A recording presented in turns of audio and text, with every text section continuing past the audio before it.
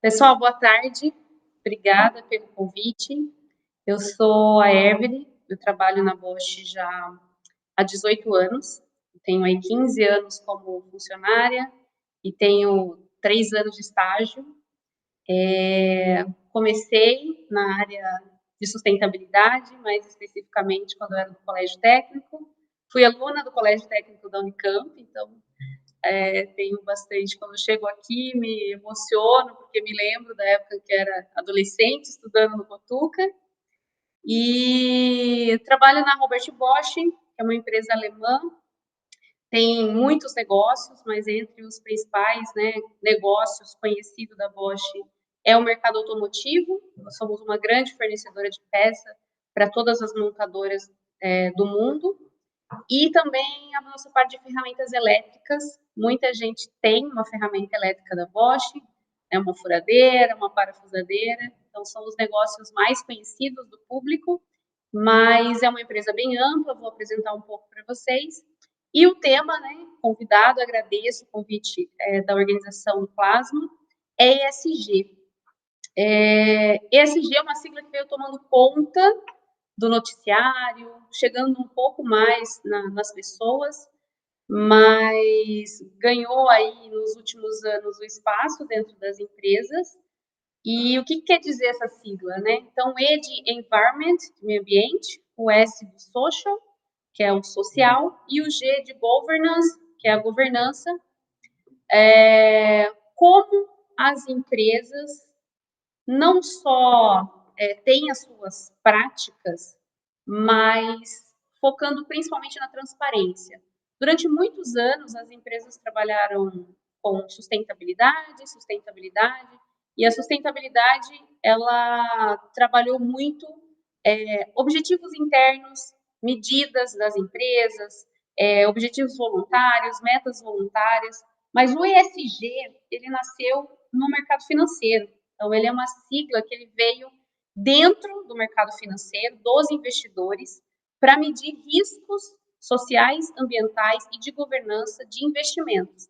E ganhou força dentro do mercado financeiro e acabou tomando também as empresas, aí sobressaindo as suas práticas iniciais de sustentabilidade. Então, hoje, a gente não fala só de proteção ambiental, a gente não fala só de ações sociais, mas a gente também fala o quanto isso traz de retorno para as empresas. Então, por isso que vocês, nos últimos anos, ou já vem, né, principalmente nos últimos 2 anos, a pandemia trouxe muito a sigla ESG, porque aqui no ESG a gente vê muito mais atrelado ao financeiro, né, aquilo que a gente queria, o tripé da sustentabilidade, dentro do ESG, quando você coloca o mercado financeiro para puxar essas questões e olhar para os riscos de uma empresa, considerando o meio ambiente, os aspectos sociais, os aspectos de governança, o quanto que isso impacta nos resultados das empresas. Então, eu venho trazer um pouco do quanto isso é importante para a Bosch, como a gente atrela esses objetivos aos resultados da empresa. E aqui na minha apresentação, então, vocês veem ESG, like a Bosch, RBLA é Robert Bosch Latinoamérica. Eu sou responsável pelos temas de sustentabilidade para a Bosch na América Latina. Nós estamos presentes em 10 países, né? Então, Brasil e mais 9 países.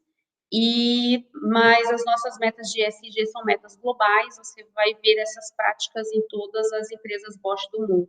Então, aqui na América Latina, 10 países, cerca de 10 mil colaboradores, mas mundialmente a Bosch está presente em quase todos os países do mundo. Você vai ver uma localidade Bosch, são mais de 400 localidades Bosch pelo mundo, com cerca de 420 mil colaboradores. É uma empresa muito ampla. Vamos lá. Então, o que é sustentabilidade? O que é ESG para a Bosch? Então, como eu falei, né, a palavra sustentabilidade ela vem do latim. Já gostaria de esclarecer, como uma empresa multinacional, a minha apresentação está toda em inglês, né? Creio que muita gente tem familiaridade com o idioma, mas aqui nós vamos falar em português e esclarecer o que vocês precisam. Mas sustentabilidade é o que nós usamos durante muitos anos nas empresas, comitê de sustentabilidade, metas de sustentabilidade, que significa sustentar, defender, suportar, conservar, então vem do latim. Desenvolvimento sustentável, vimos surgir também esse termo, né, que é basicamente você atender às necessidades da geração presente sem comprometer o futuro das outras gerações. E quando a gente fala de ESG, como eu já disse, ele surgiu lá no relatório global do Banco Mundial, Who Cares Wins, quem se preocupa ganha, e ele nasceu, então, dentro do mercado financeiro, trazendo muito mais força, principalmente governança. Quando a gente fala governança, a gente fala principalmente de ser transparente, de ser verdadeiro, de reportar. Quando eu falo de reportar para os interessados, reportar para investidores, eu preciso ser muito transparente. E essa transparência hoje, ela não só para investidores, mas ela também é para o seu colaborador, também é para quem compra seu produto. Ninguém mais quer comprar um produto se aquele produto está atrelado a alguma prática inadequada para a sociedade, está envolvido em algum escândalo ambiental.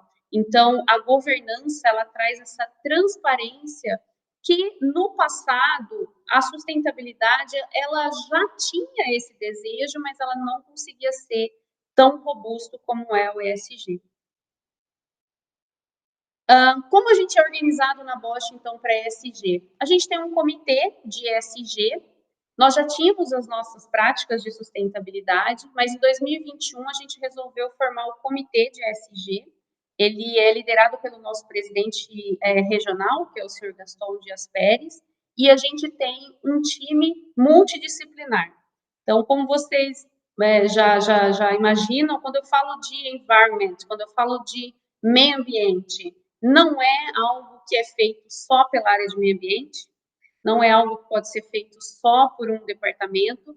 Quando eu falo de social, muito menos, eu preciso envolver muita gente. Então, a gente tem um comitê multidisciplinar, a gente divide em time core, que é aquele time que se reúne com mais frequência, que discute a estratégia com mais detalhe, e o time estendido, que dá suporte, principalmente de governança. Então, nós estamos falando de área de sustentabilidade, área de EHS, marketing, comunicação, recursos humanos, jurídico, compras, compliance, a parte financeira toda, tanto financeiro como impostos, e a parte de facilities, né, a parte da gestão física das áreas. Então, tem um comitê multidisciplinar e a gente quer tornar justamente os nossos resultados, nossos objetivos, as nossas práticas conhecidas e acompanhadas pelos nossos colaboradores, pelos nossos clientes, pela sociedade, qual é o impacto que a gente causa e também quais são as nossas fraquezas, porque não tem só coisas boas, eu também tenho fraquezas, eu também tenho problemas e que eu preciso encarar isso sendo transparente e contando com a minha expertise para melhoria. Então, para o Grupo Bosch, os nossos principais objetivos de ESG, eles são sumarizados em 6 dimensões, que nós chamamos de New Dimension Sustainability, com um Target Vision, com uma visão de metas estratégicas até 2025. Isso foi estabelecido em 2018, final de 2018, com uma visão até 2025, e ela engloba 6 grandes objetivos com suas respectivas metas. Nós estamos falando de ação climática, água, economia circular, a promoção social, diversidade, equidade e inclusão, direitos humanos e saúde e segurança. Então, com essa estratégia, a gente cobre as iniciativas do E e do S e, por trás de toda essa estratégia, aquele time de governança, que vai olhar para isso, que vai entender onde nós estamos, o que falta fazer, quais são os nossos pontos fortes, quais são as nossas fraquezas, quais são os nossos investimentos, quais são os riscos que a gente tem por trás disso. Então, o time de governança, ele traz essa visão. Aqui um pouco mais de detalhe, eu vou passar rapidamente por essas dimensões, e aí depois vocês fiquem à vontade para dúvidas, não só hoje, mas depois ficam os meus contatos, para quem tiver dúvida. Mas quando a gente fala de ação climática, o destaque aqui fica para a Bosch, foi a primeira empresa a se tornar carbono neutro nas suas operações a nível global. Então, mais de 400 localidades, mais de 420 mil colaboradores pelo mundo A Bosch foi a primeira empresa a fazer isso a nível global em 2020. Muitas empresas têm suas metas 2030, 2050, para a gente isso se tornou realidade em 2020. E para o escopo 3, que são aquelas emissões que estão fora dos limites da empresa, então os produtos nossos que estão sendo usados, o descarte do nosso produto em fim de vida, a gente tem meta de reduzir essas emissões em 15% até 2030 e contribuir globalmente com a descarbonização. Para a água, o nosso foco é principalmente escassez de água. Nós temos 73 países no mundo onde a gente tem operação que tem potencial de escassez de água de curto prazo. Então, qual vai ser a nossa contribuição para aquela sociedade, para as minhas operações, porque eu posso ser prejudicado, e também o que eu estou fazendo para a qualidade de água. Tanto a qualidade de água fornecida, comprada, a qualidade de água que eu vou lançar, de volta usei aquela água, retornei como efluente, mas a qualidade daquele efluente. Economia circular. Economia circular, uma estratégia extremamente importante, onde a gente fala de eficiência de material e principalmente segunda vida de produto, né, estender a segunda vida a vida de produto, usar materiais reciclados, materiais menos poluentes e transformar isso em business também, transformar isso num business importante. Então, a gente já tem hoje um business de reparo de materiais, a gente já faz remanufatura e oferecer um produto de qualidade com preço bem menor se comparado com um produto novo, para atender uma gama de pessoas que compram, né, o nosso produto, e principalmente é um aliado muito importante quando eu falo de descarbonização, quando eu falo da minha ação climática. A parte social, então, promoção social, o que eu faço de apoio social externo à empresa, então a gente tem o Instituto Robert Bosch, e também para os colaboradores, que eu estou promovendo de ação social para colaboradores, e a nossa estratégia de diversidade, equidade e inclusão. Minorias étnicas, LGBTs, gêneros, PCDs, né, pessoas com deficiência, então a gente tem trabalho também para a inclusão, pessoas em vulnerabilidade social e toda a nossa estratégia de inclusão. A parte de direitos humanos traz para a gente, principalmente, a nossa responsabilidade na cadeia de valor.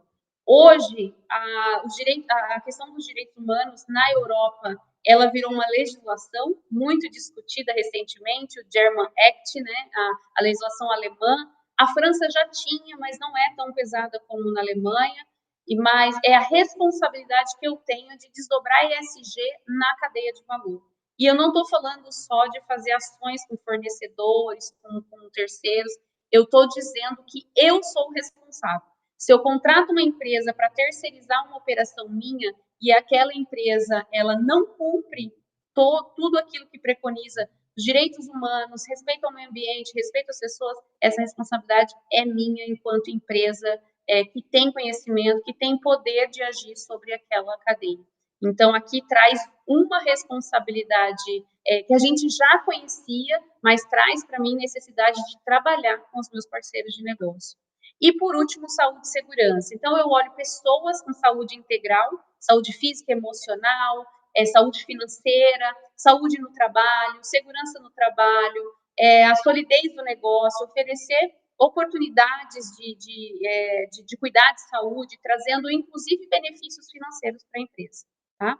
Então, rapidamente, a nossa estratégia, e eu vou mostrar para vocês alguns exemplos de como a gente desdobra tudo isso, como a gente faz a governança e deixar transparente para vocês acompanharem isso com a Bosch. Alguns comprometimentos públicos que a Bosch tem, então a Bosch ela é membro do Pacto Global da ONU, a gente tem aí 11 Objetivos de Desenvolvimento Sustentável diretamente ligado à nossa estratégia, parceria com a WWF, com o SBTI, que é o Science Based Target, que ajuda as empresas a atingir as suas metas de redução de emissões de carbono e, consequentemente, reduzir a temperatura em 1,5, que é o Acordo de Paris. Aqui são os nossos ratings, a gente faz essa avaliação para saber como nós estamos e o que a gente precisa melhorar. Então, aqui eu destaco o CDP, que é a maior iniciativa global de ação climática, e nós estamos entre as 3% de empresas no mundo que tem a melhor rating de ação climática. Então, são 3% das empresas no mundo que tem esse rating, que é a melhor pontuação.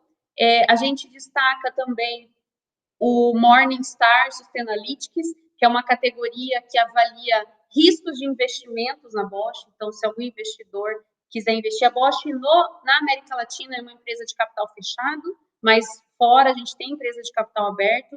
Avaliando o risco global, a Bosch está entre as 10 empresas mais seguras do mundo para investidor. As 10% de empresas mais seguras do mundo, considerando sustentabilidade. Então, a nossa transparência, o nosso trabalho, o comprometimento garante essa segurança para o investidor. A gente tem reporte, né, de sustentabilidade, temos a Ernst Young e a TIF, que são as auditorias oficiais, e aqui na América Latina, a gente a gente faz parte do Acordo Ambiental do Estado de São Paulo para a Ação Climática. A gente também faz parte do Selo Clima Paraná, que é o acordo do Estado do Paraná para a Ação Climática também. Temos compromisso com o Fórum de Empresas e Direito LGBT+, fazemos parte do Grupo de ONU Mulheres e também o comprometimento da Iniciativa Empresarial pela Igualdade Racial. São algumas das iniciativas que nós somos membros e tanto nos ajuda a desenvolver, quanto a gente traz também de retorno para a sociedade.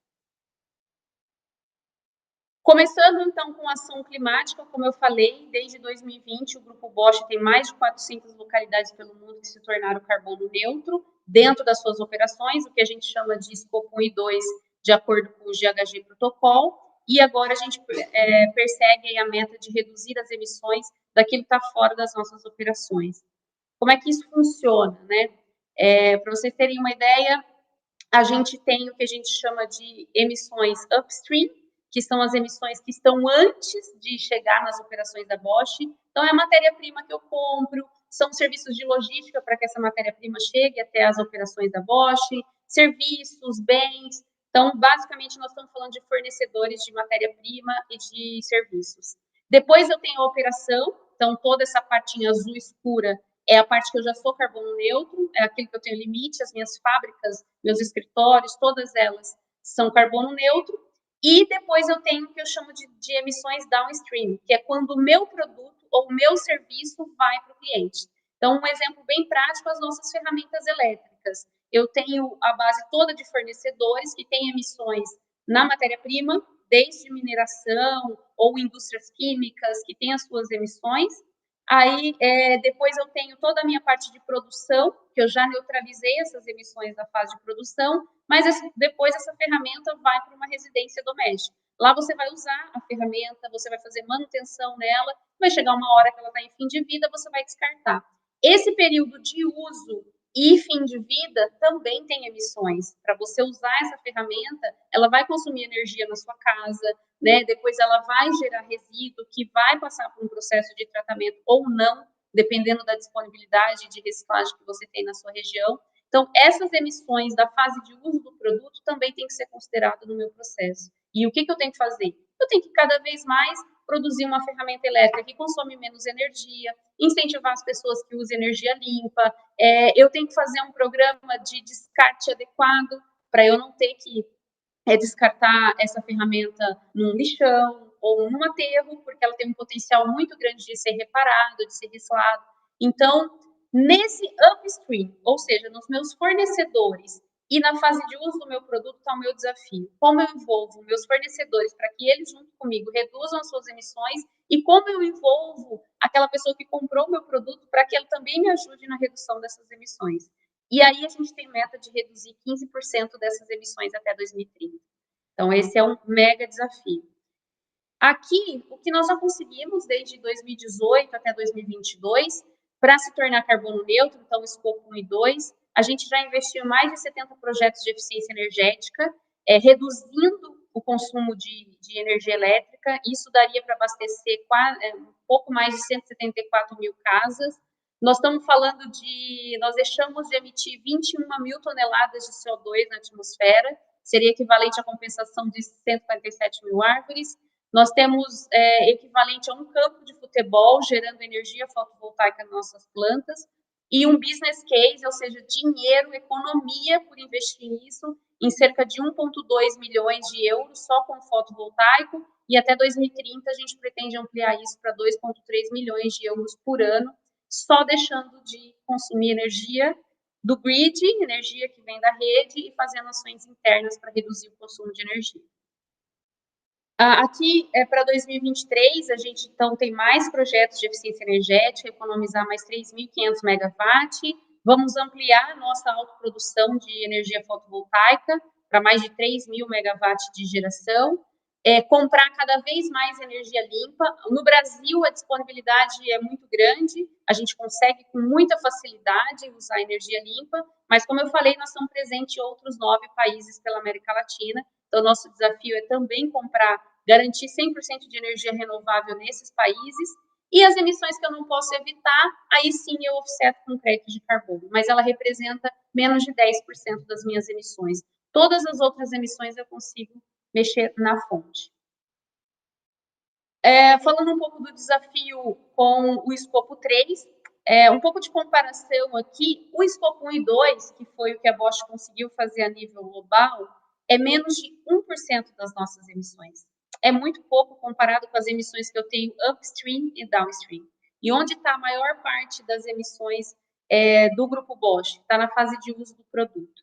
E por que eu tenho a maior parte de emissões na fase de uso? A Bosch é uma empresa onde mais 60% do seu faturamento é no mercado automotivo. Então, imagina que tudo que tem de combustão, nós temos um produto nosso lá. Então, é fácil de entender. Aqui em Campinas, por exemplo, a gente produz bomba de combustível, tanto para os carros flex quanto para os carros diesel. Produzimos bicos injetores, então, na hora diretamente relacionada à combustão do carro. Então, ali está o nosso maior desafio, quase 92% das emissões está na fase de uso. E principalmente quando eu falo de motor a combustão. Depois eu tenho aí 7,5% dos meus fornecedores, e quando eu falo 7,5%, é um trabalho muito forte, porque vou dobrar meu volume de compras até 2030, então meus fornecedores precisam reduzir pela metade as suas emissões para ajudar com a minha meta. E um percentual na logística. Então, o nosso principal desafio, redesenhar todo o nosso portfólio de produto para que ele emita menos emissões. Então, como eu falei da ferramenta elétrica, eu tenho que te fornecer uma ferramenta elétrica que durante o uso na sua casa, ela vai ter menos emissões. Então, menos consumo de energia elétrica, eu ter uma forma de eu recuperar esse material em fim de vida. No caso do automotivo, eu estou falando aqui, no Brasil, dá para a gente pensar nos motores com combustível verde. A gente tem o etanol, que é um exemplo para o mundo, muito menos emissões do que a gasolina, chega a ser mais de 1/3 menos, né? É 1/3 das emissões da gasolina. A gente tem outros combustíveis verdes e também a aposta no carro elétrico, né? A gente sabe que o carro elétrico, para a realidade da América Latina, é um mais longo prazo, mas na Europa isso já é uma realidade. Então, é o nosso ajuda para o mercado automotivo migrar desse motor a combustão poluente para motores a combustão bem menos poluente, como o etanol, e também os carros elétricos. Como a gente pretende fazer isso com fornecedores, principalmente, né? Então, a gente já tem uma gama de fornecedores participando com a gente, colocando seus objetivos e metas para reduzir 15% das emissões até 2030, e principalmente incentivar que esses fornecedores usem energia 100% limpa e usem matéria-prima reciclada. Aumentar a quantidade de matéria-prima reciclada vai reduzir muito a quantidade de emissões para a mineração, por exemplo, para eu ter alumínio, para eu ter cobre, para eu ter ferro, plástico. Então, diminuindo e trazendo mais matéria-prima reciclada, eu consigo reduzir uma importância grande dessas emissões. Aqui, uma das principais iniciativas que a gente tem para a América Latina. Então, a gente está trabalhando com esses fornecedores, a gente já tem uma meta de reduzir 2% das emissões na logística, a gente tem uma estratégia forte para o etanol e apresentar o etanol para o mundo, e as nossas iniciativas de economia circular. Passando um pouquinho para a dimensão da água, como eu falei, o nosso foco principalmente nas regiões de escassez, então tem 75 sites no mundo que estão em áreas localizadas como severa para escassez de água. Isso significa que pode faltar água em curtíssimo prazo, nós estamos falando 2, 3 anos, a gente ter impactos nas nossas operações. Aqui na América Latina, o país hoje que está dentro dessa classificação é o Chile, é o país mais crítico que a gente tem. A gente trabalha em parceria com a WWF para identificar isso. No passado já tivemos o Peru também. O Brasil, a gente tem uma disponibilidade maior, porém a gente sabe que algumas regiões são mais críticas, mas como país a gente não é classificado, mas pelo mundo a gente tem 75 sites. Então, nesses 75 sites, a gente tem 260 projetos desde 2019 e a gente tem aí um investimento de cerca de 10 milhões de euros por ano até 2025 para ajudar não só dentro dos nossos sites, mas também reservatórios, opções de reaproveitamento de água que possam ser usados na sociedade também. E a nossa meta é reduzir 20% do consumo de água e até 2025, mas em 2022 já estava muito próximo, com 24%. Aqui alguns exemplos do que a gente fez aqui na região, em Campinas. Então, a gente está usando a integração com a indústria 4.0 para evitar desperdício, identificar fontes, locais onde eu tenho desperdício, né, onde eu posso ter melhor reaproveitamento. E a gente também tem uma lagoa artificial, onde 100% da água que a gente utiliza na produção vem dessa lagoa. Eu faço a captação, depois eu faço todo o tratamento dessa água, eu retorno para a lagoa e reutilizo. Então, é um ciclo que me atende 100%, mesmo as perdas com água da chuva, eu consigo repor, são perdas pequenas, um processo bastante eficiente, onde garante que eu não precise de água que seria para consumo humano, água potável, não, eu utilizo água dessa lagoa que está disponível na nossa região. E é uma lagoa criada pela Bosch, uma lagoa artificial, não é um curso d'água que nós desviamos, mas é uma lagoa artificial que foi criada e é mantida pela empresa, com água industrial.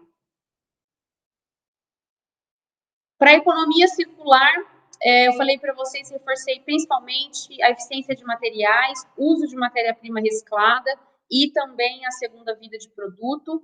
Então, a gente tem, olhando, né, para a economia circular, a melhor solução é usar cada vez menos material e cada vez menos material que eu tenha grande impacto ambiental para extrair ele da natureza. Então, é daqui que vem a nossa estratégia de aumentar a quantidade de matéria-prima reciclada nos nossos produtos e também estender a segunda vida de produto. Eu trouxe aqui alguns exemplos do que a gente já tem na América Latina. Então, só para vocês terem ideia, a ferramenta elétrica da Bosch, ela foi feita toda uma remodelação de 2018 em diante, toda a linha de ferramentas da Bosch que é produzida no Brasil, eles conseguiram reduzir 32% da quantidade de matéria-prima no motor com uma ferramenta que entrega muito mais performance. Ela entrega 33% mais performance do que a anterior, usando 32% menos de material. Reduziu o peso dela em 25%, e a gente tem 55% de material reciclado na nossa ferramenta. E tem o objetivo de chegar aí até 75% de material reciclado.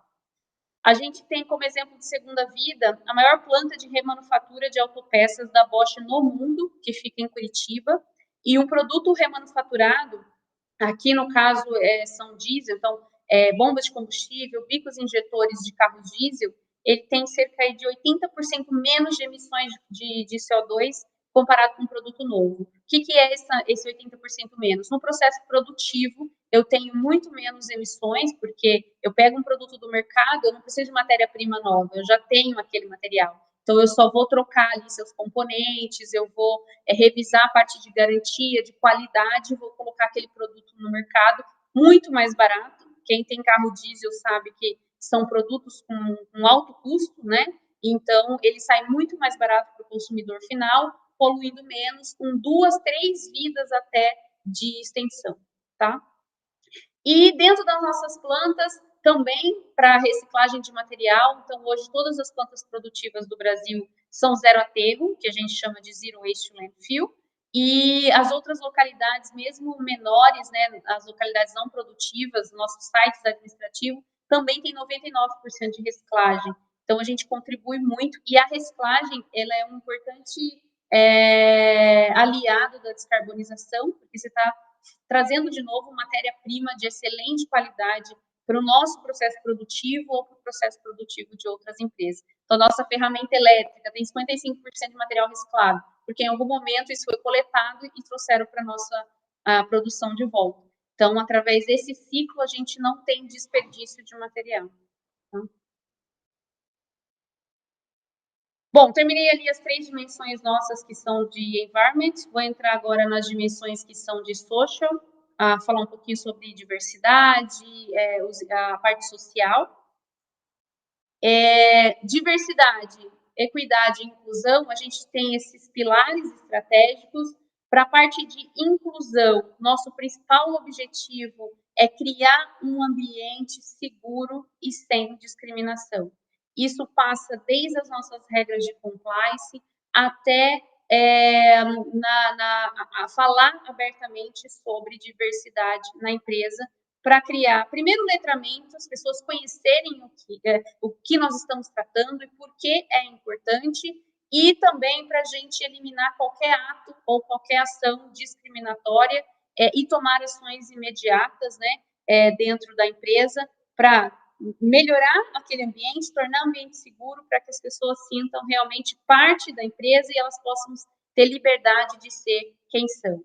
Equidade, então, você ter condições iguais para todos, oferecer condições de igualdade a todos, e aí, quando a gente fala de igualdade a todos, nós estamos falando, né, não só de gênero, porque é muito debatido aí a equidade entre homens e mulheres, mas nós estamos falando de todos, o acesso, oferecer essas condições para todos, e a representatividade. A empresa, ela refletir, no mínimo, a demografia da região onde ela está inserida. Então, a gente tem mais de 35 sites pela América Latina. A gente tem sites que ficam em região onde eu tenho maioria de população preta, eu tenho sites que ficam em região de maioria de população indígena. E, às vezes, eu olho para a minha operação e eu não vejo isso refletido. O que está acontecendo? Onde está faltando oportunidade que eu posso dar oportunidade para isso? Então, eu olhar para essa demografia e o quanto que eu posso contribuir com a população local e que eu também posso absorver no meu ambiente de trabalho. Ela representar a quantidade de mulheres, de etnias, né? O que a gente pode trabalhar com isso? Com relação a mulheres, eu destaco aqui que a nossa meta é ter 30% de mulheres na organização até 2030, e em 2022 a gente já tinha 28,9%, e a gente tem vários outros projetos de inclusão e diversidade.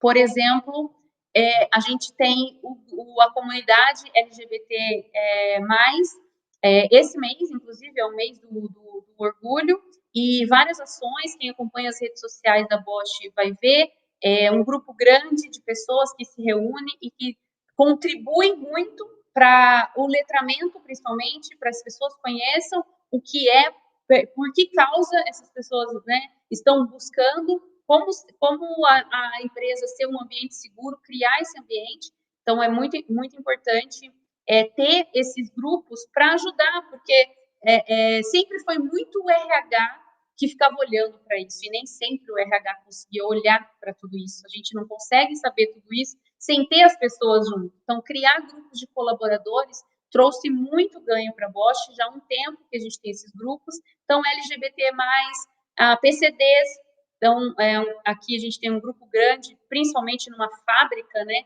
Vocês imaginam o desafio que é integrar isso com segurança, com saúde. Então, tem um grande grupo, por exemplo, de pessoas que têm perda auditiva, seja ela total, seja ela parcial, e inclusive, nos últimos anos, uma atenção principalmente para doenças como autistas, síndrome de Down, que são pessoas que podem totalmente desenvolver suas atividades profissionais, desde que a empresa ofereça um ambiente adequado para aquela deficiência, mas que eles podem ser totalmente inseridos no mercado de trabalho. Então, como que a empresa se preparou ou está se preparando também para receber a diversidade de pessoas com deficiência.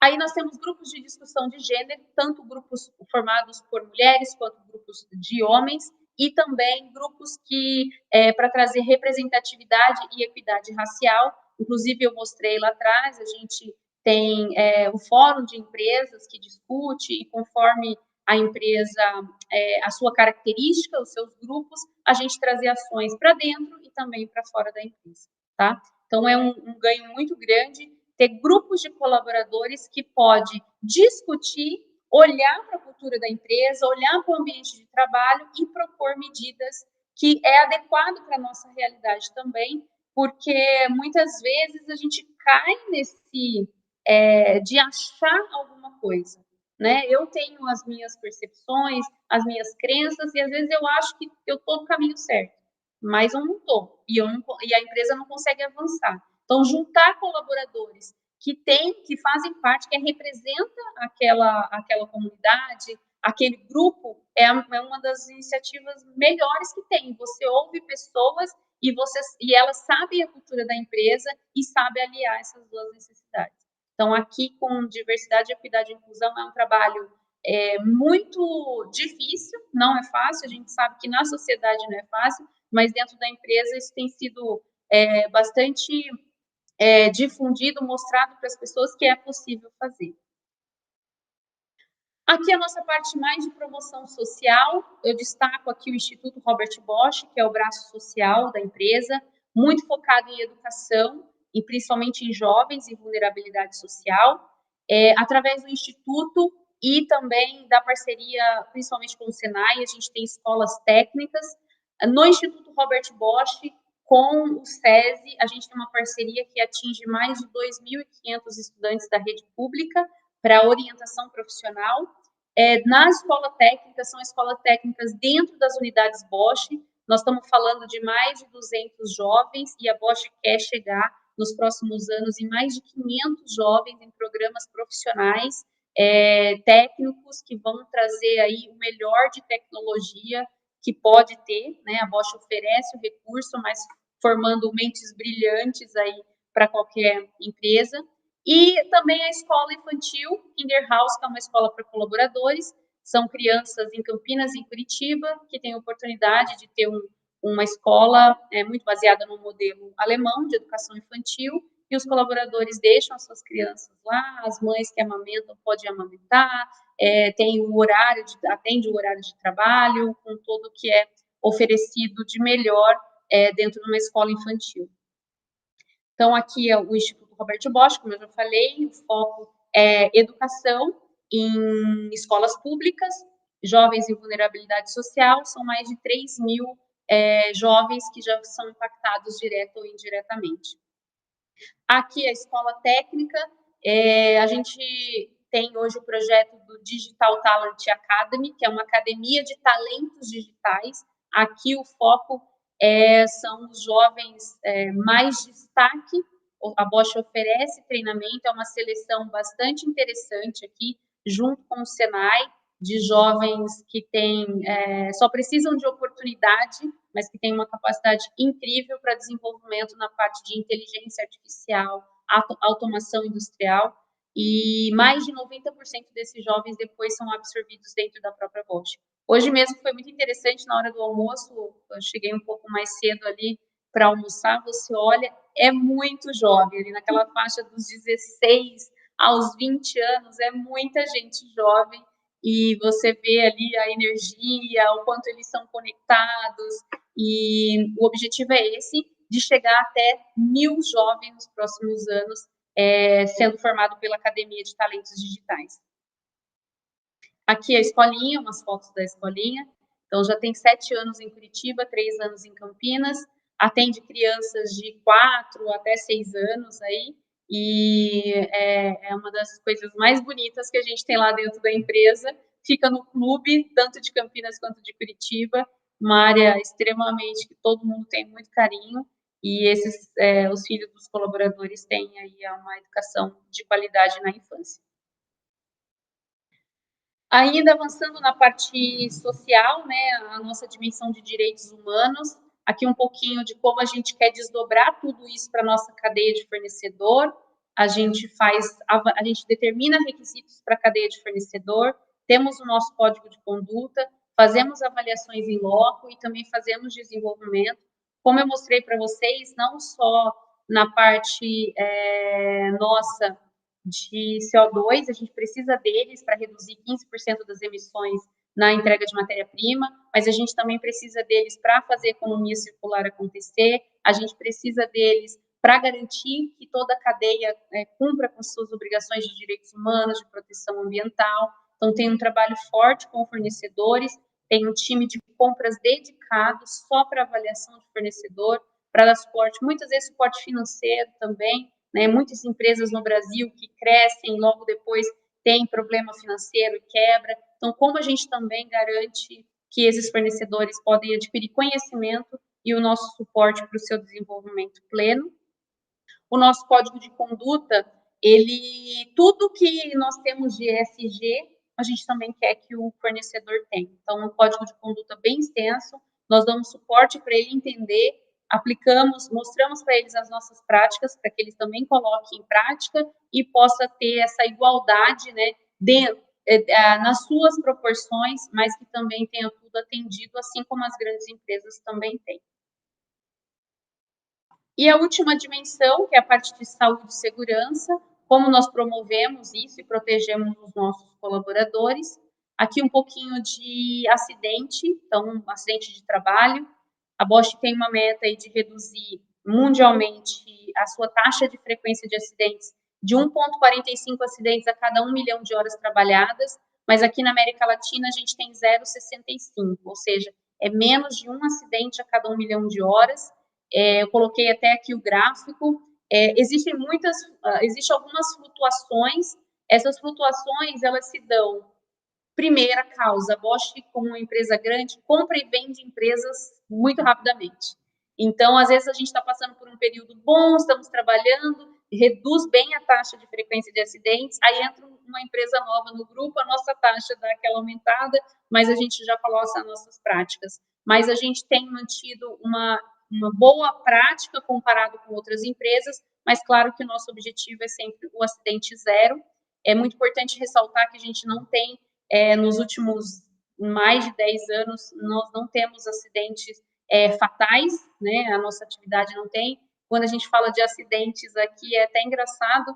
Na pandemia, com o pessoal trabalhando em casa, a gente viu aumentar um pouco de acidentes.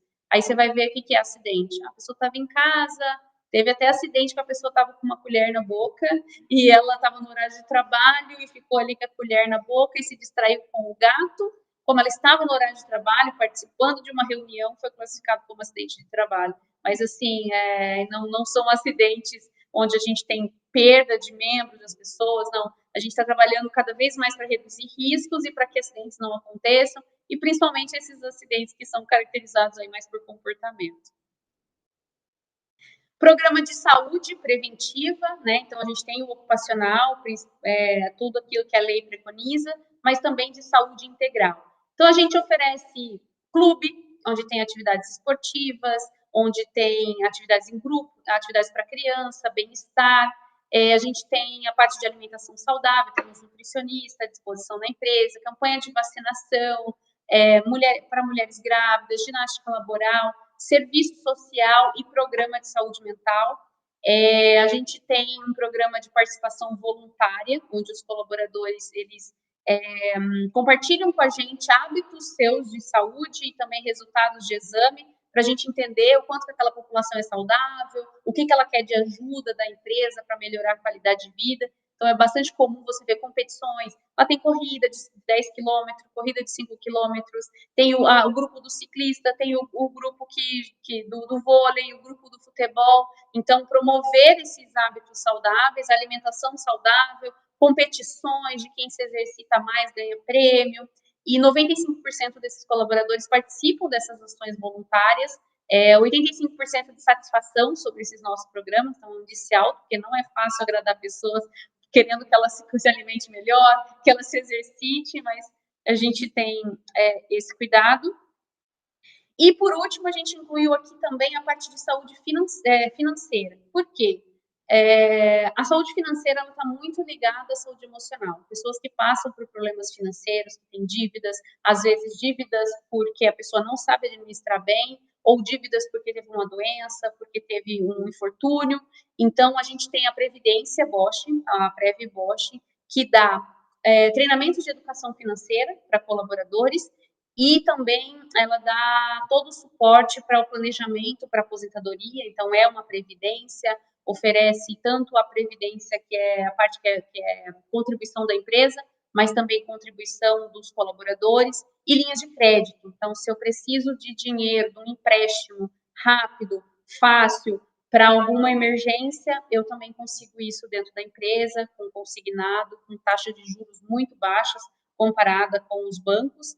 Então, é um excelente auxílio para os colaboradores e a gente classificou aqui como saúde financeira. Algumas premiações, então em 2022 a gente ganhou prêmios aí de ESG dos nossos principais clientes, por exemplo, a Iveco, a Mercedes, a BMW, os governos também, então governos da Costa Rica, do Peru e aqui do Brasil, reconhecendo as nossas práticas como das melhores práticas. Para quem quiser conhecer um pouco mais, a Bosch também tem o Bosch Talks, que é um podcast, está nas principais plataformas, tem até no YouTube também, então a gente tem lá, quem quiser aprender mais sobre diversidade, neutralidade de carbono, economia circular, tem muita coisa lá sobre descarbonização. Para quem gosta de podcast, pode entrar lá, 1 hora de conversa, aprendendo com os profissionais. E também temos nossas publicações, aqui são publicações internas, que a gente chama de Jornal da Bosch, que é o Bosch Zunder, e também as nossas atividades de mídia, para quem quiser acompanhar, a gente tem tentado intensificar essas de mídia, para justamente criar aquela transparência que a gente quer, mostrar o que está dando certo, o que não está dando certo, e como que a gente vai trabalhar e ouvir as pessoas. É muito interessante, porque começou a ter um interesse muito grande da população sobre isso. A gente fez, por último, uma pesquisa no LinkedIn e, em pouco tempo, mais de 4.000 pessoas tinham interagido lá sobre carbono, por exemplo. Então, era uma coisa que não acontecia muito nas nossas redes sociais e, por isso, a gente intensificou a nossa estratégia de comunicação. Gente, é isso. Trouxe aqui uns apanhados aqui do que a gente faz. Fico à disposição de vocês para perguntas, para o que vocês querem dizer. E é isso.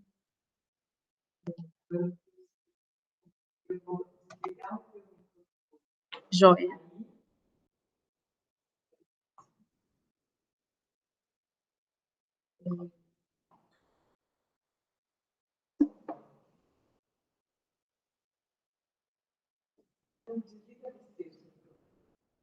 Sim.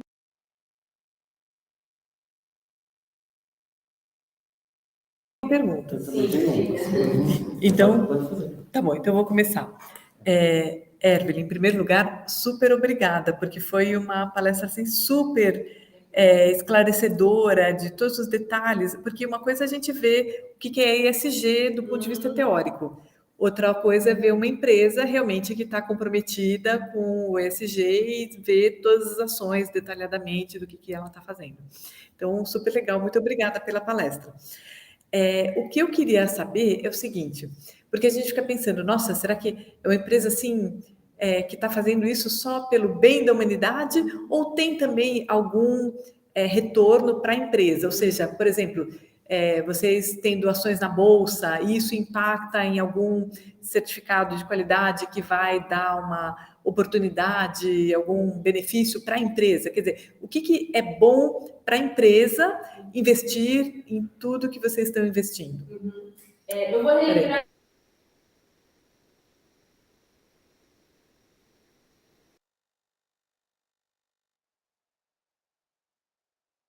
Aqui algumas coisas que eu passei para mostrar para vocês que não é só uma empresa, então tem aí os seus objetivos de crescimento econômico e como que isso vem ajudar. Então, exemplo de economia circular. Quando eu falo matéria-prima reciclada, 55% numa ferramenta elétrica, isso significa uma matéria-prima de boa qualidade, mas com um custo menor. Então, só aí eu já tenho ganho financeiro. Quando eu falo de incentivar a cadeia de etanol, né, aqui no caso nosso da América Latina, eu estou dizendo de exportar tecnologia. A Bosch é uma das pioneiras no veículo flex, inclusive esse ano, 20 anos de lançamento da época do Proálcool. Então, nós estamos falando de ampliar oportunidades de negócio. Então, a gente protege, né, reduz emissões, mas também é uma oportunidade de negócio para mim. A partir disso, eu desenvolvo outras tecnologias. Então, quando eu falo, por exemplo, de investir no social, eu falo de uma Digital Academy, Talent Academy, investir nesses jovens. Por que eu estou investindo em quase 1.000 jovens? Esses jovens vão trazer para mim muita tecnologia. O conhecimento deles, a agilidade deles para o que eu preciso, eu estou abrindo a minha empresa para formar mentes brilhantes que depois eu vou ficar com 90% deles, de retenção de talentos. Quando eu falo de ter equipes diversas, porque é comprovado cientificamente que a diversidade traz mais produtividade e traz mais resultado financeiro. Então, não é só porque eu sou uma empresa boazinha, não, eu sou uma empresa que eu estou olhando para isso porque isso me traz um resultado direto nos meus negócios. Então, quando eu olho tudo isso, eu trago redução de custo. Quando eu falo de reciclagem, a gente fez hoje, inclusive, um exercício lá na empresa sobre coisas simples, né, para quem é do mercado financeiro, que é o free cash flow. Eu olho para a economia circular, quando eu aplico isso, eu tenho uma vantagem enorme competitiva. Eu tenho disponibilidade de material, eu sei onde esse material está, eu tenho um custo menor para esse material e eu tenho oportunidade de desenvolver um produto, de aprimorar meu produto com matéria-prima reciclada. Então, tudo isso traz muito ganho. A Bosch não é uma empresa de capital aberto, é uma empresa de capital fechado, mas quando você pensa em savings, redução de custo, novas tecnologias, tudo isso faz muita diferença para a empresa. Então, além desse compromisso, eu também tenho um impacto para a parte de crescimento econômico da empresa bastante expressivo. Então, muito obrigada. E muito bacana isso, porque eu já tinha ouvido falar que para as empresas de capital aberto, isso faz uma diferença na certificação, na classificação da empresa. Mas quer dizer que mesmo para uma empresa que não tem capital aberto, ainda assim você tem um benefício por investir em ESG. Então, muito bacana, eu gostei muito da tua resposta. Obrigada. Vou passar agora para o José. A minha pergunta vai em relação à parte de saúde do trabalho da ESG. Eu queria saber como que a pandemia impactou o seu trabalho nesse desenvolvimento da ESG, ou como que teve as alterações ou não teve as alterações, ou como isso afeta o trabalho da ESG.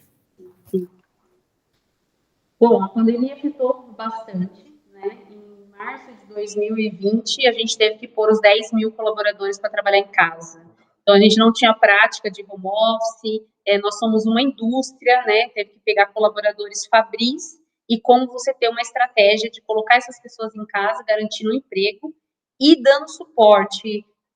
A parte de saúde, ela foi muito importante, porque a transparência foi necessária. A gente divulgava colaboradores contaminados, a gente teve que divulgar, infelizmente, algumas mortes, e isso foi afetando o emocional das pessoas. Então, o trabalho de saúde, primeiro, garantir a saúde dessas pessoas no ambiente de trabalho. Então, quem podia trabalhar em casa, quais são as orientações para trabalhar em casa, a empresa distribuiu material ergonômico, treinamento para a segurança em casa, como ficar bem com a família. Fizemos várias sessões para a saúde emocional de quem estava saindo e estava trabalhando em casa. E para quem teve que ficar na planta, a gente tem serviços essenciais. Eu não posso parar alguns serviços essenciais. Então, para quem estava na parte fabril e principalmente a saúde no ambiente de trabalho, evitar contaminações, novas contaminações, como a gente fazia triagem. Então, esse período da pandemia foi um período de extremo aprendizado para tratar da saúde física, como garantir um ambiente de trabalho adequado no local, principalmente para quem precisava continuar indo para a empresa, e a saúde mental. Como é que ficavam essas pessoas que precisavam ir, e aí, a empresa vai me garantir saúde? Será que eu vou me contaminar na empresa? O que vai acontecer comigo? E para quem estava ficando em casa? Para quem estava ficando em casa, tinha duas coisas. Tinha a incerteza com relação a como aquilo ia atingir a sua família, por exemplo, o trabalho, o medo de ficar desempregado, se a empresa ia conseguir sustentar a gente trabalhando em casa, nós tivemos que dar férias coletivas, a gente teve redução de jornada, tudo isso impacta muito na saúde mental. Então, foi aí que a empresa teve que fazer um esforço muito grande para concentrar nisso, para mostrar um novo ambiente de trabalho, uma nova dinâmica de trabalho, mas principalmente dar suporte para os colaboradores com relação à saúde mental.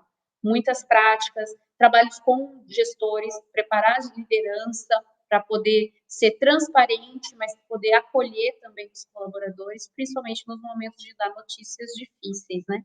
Então, foi intenso, sim, uma coisa muito intensa, mas trouxe muito aprendizado de como tratar saúde de colaborador, principalmente saúde mental, que a gente viu explodir na pandemia.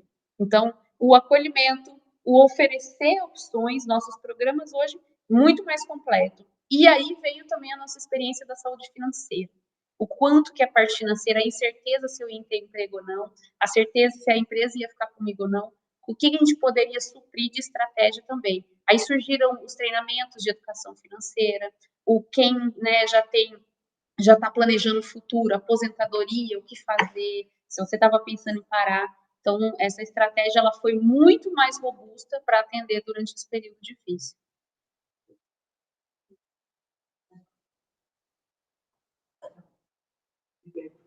Já desliguei. Evelyn, parabéns pela apresentação, pelo que você nos trouxe, né? A gente sempre ouviu falar de ESG, mas também sem, digamos, ter essa reflexão que a gente conseguiu fazer agora. Eu queria saber, do ponto de vista, vamos chamar de extramuro, quer dizer, extra-Bosch, se a Bosch tem alguma política, algum trabalho que ela faz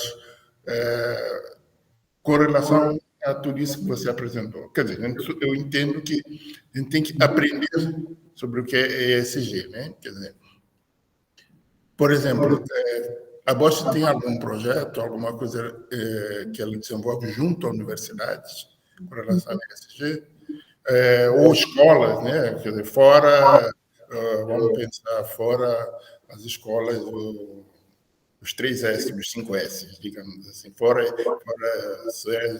SESC, SENAC, existe algum trabalho nesse sentido?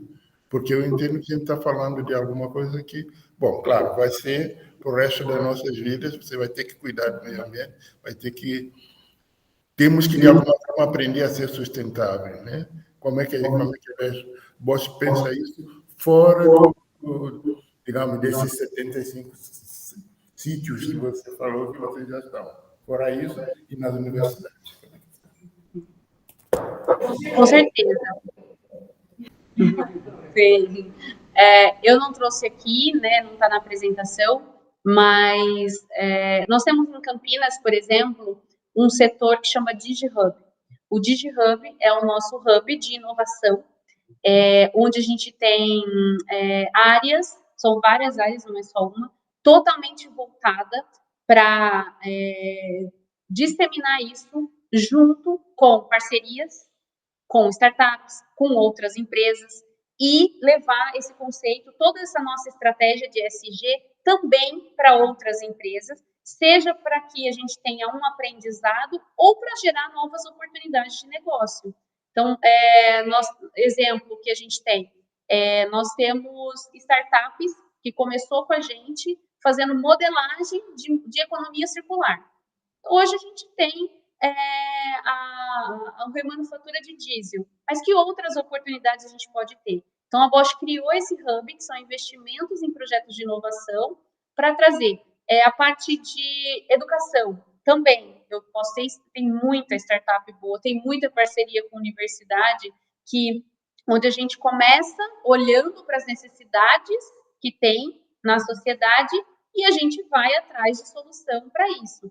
Recentemente, em 2019, 2020, nós começamos uma parceria com uma outra empresa totalmente voltado para o agro. Como você ter melhor produtividade e menor emissão para o agro, porque a gente sabe que o agro é um dos maiores impactadores aí nas emissões de CO2. Então, como eu consigo ajudar essas empresas? E tudo isso é através de parcerias, através com startups, com universidades, com círculos importantes, às vezes, de empresa. Então, quem quiser conhecer, né, se tiver interesse depois, tem o pessoal do DigiHub que está o tempo todo só de olho nessas oportunidades, tá? Então, nós temos não só levar, mas também gerar essas oportunidades de negócios e negócio para a gente, mas às vezes até desenvolver outras pequenas empresas.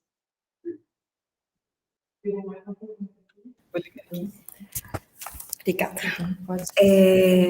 Bom, Evelyn, obrigada aí pela palestra. Eu vou te fazer algumas perguntas, eu até queria me desculpar, porque eu tive outro compromisso, cheguei um pouco atrasado, não sei se eu estou pensando algo que você já falou. Eu queria entender um pouco como que são as iniciativas da Bosch nessa parte ambiental, no sentido de vocês já fizeram, por exemplo, estudos de materialidade, vocês fazem inventário de emissões. Eu sei, por exemplo, que na parte de sustentabilidade da empresa, muitas empresas têm dificuldade com a parte de escopo 3. Vocês têm uns desafios. O que você diria assim, isso aqui é muito difícil para a Bosch na parte ambiental? A gente está tentando. Desculpa, se eu estou perguntando alguma coisa que você já apresentou. Obrigada. Não tem problema. Passei muito rapidamente um detalhe.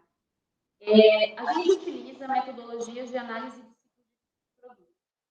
E, basicamente, quando você analisa produtos, você vai ter, no mínimo, 3 etapas. Você vai ter o que a gente chama de upstream, que é aquilo que está antes de entrar no seu processo produtivo.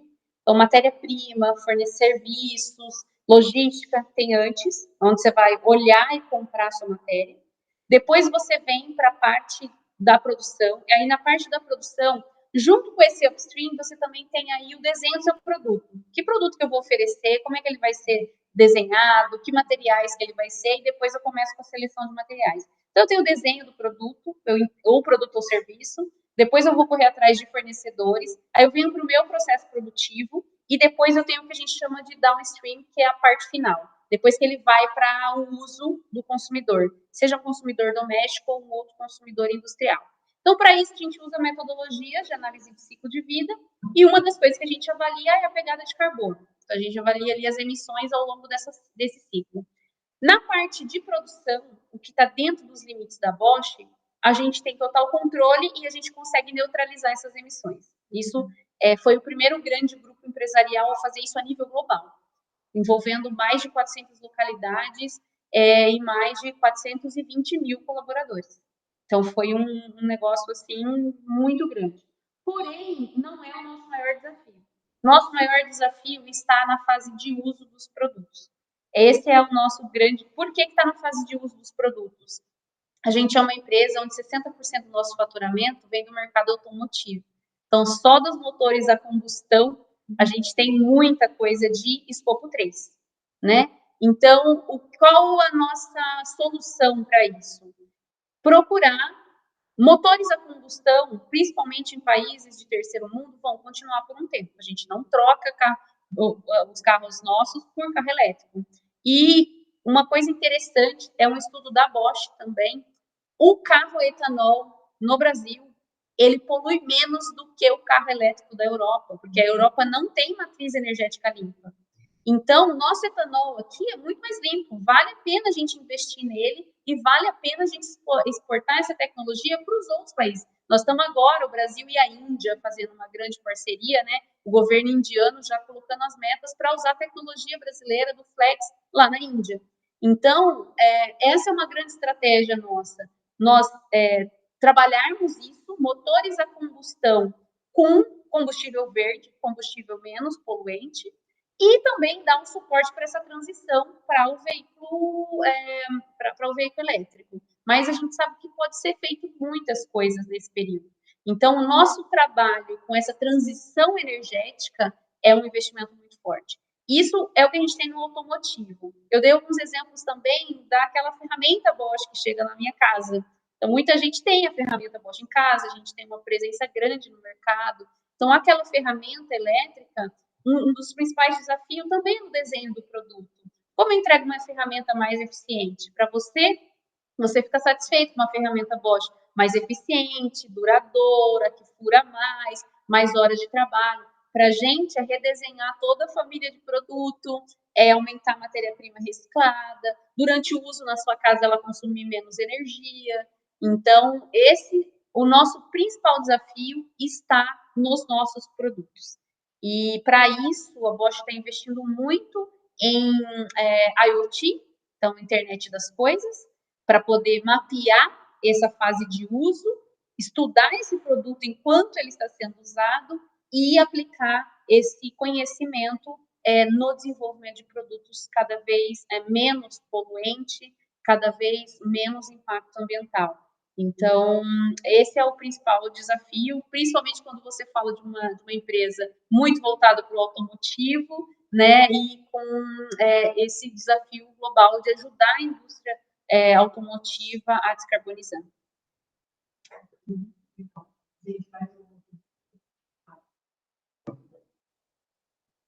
Então, Ervili, queria agradecer mais uma vez, em nome do Plasma, em nome da Unicamp.